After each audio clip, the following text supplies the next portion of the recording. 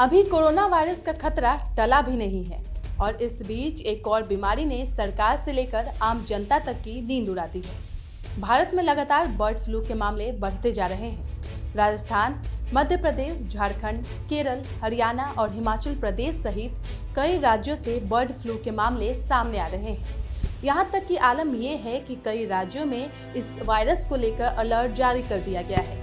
वहीं केरल ने तो इसे राजकीय आपदा घोषित कर दिया है। इस बीच चलिए जानते हैं कि कौन से राज्य में अब तक कितने मामले सामने आ चुके हैं और इसको लेकर राज्य सरकारें क्या कदम उठा रही हैं। मध्य प्रदेश में 23 दिसंबर से 3 जनवरी तक 376 कौवों की मौत हो चुकी है। इनमें से सबसे ज्यादा 142 मौतें इंदौर में हुई है। इसके अलावा मंदसौर में 100, आगर मालवा में 112, खरगोन जिले में 13, सीहोर में 9 कौवों की मौत हुई है। कौवों के सैंपल लैब में भेजे गए, जहां इंदौर और मंदसौर से भेजे गए सैंपल में बर्ड फ्लू की पुष्टि हो चुकी है।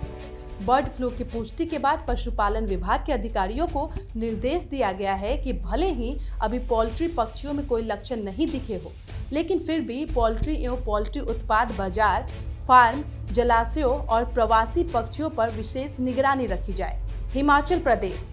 हिमाचल प्रदेश के कांगड़ा में पौंग बांध झील अभ्यारण्य में अब तक करीब 2300 प्रवासी पक्षियों की मौत हो गई है।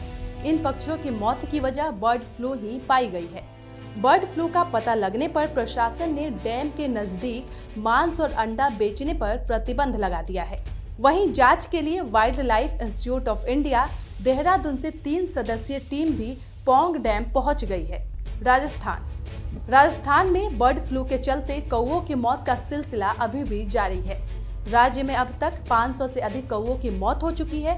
इससे चिंतित राज्यपाल कलराज मिश्र ने राज्य सरकार के कृषि मंत्री लालचंद्र कटारिया से बर्ड फ्लू पर नियंत्रण को लेकर किए जा रहे प्रयासों की जानकारी मांगी है।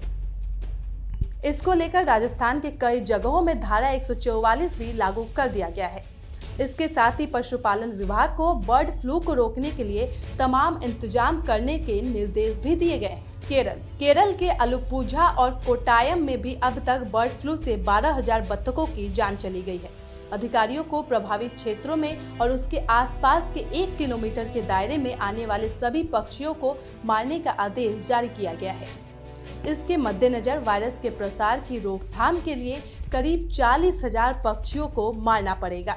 हरियाणा का पोल्ट्री हब कहे जाने वाले अंबाला और पंचकुला में 1 लाख मुर्गियों की मौत हो गई।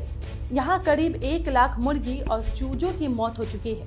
मुर्गियों के रहस्यमयी तरीके से मरने का सिलसिला 5 दिसंबर से शुरू हुआ था। मुर्गियों की मौत के बाद अब प्रशासन हरकत में आ गई है। हालांकि फिलहाल सैंपल को जांच के लिए लैब में भेजा जा चुका है।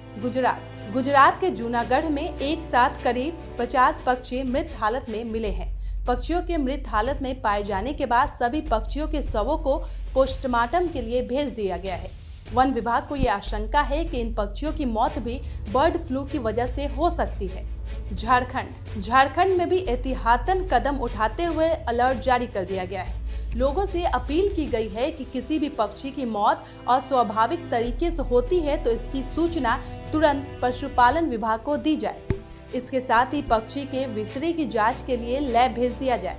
उधर बिहार, पंजाब और उत्तराखंड में भी राज्य सरकारों ने सतर्कता बरतते हुए अलर्ट जारी किया है। कुल मिलाकर कह सकते हैं कि देश के अधिकांश राज्यों में बर्ड फ्लू पैर पसार चुका है।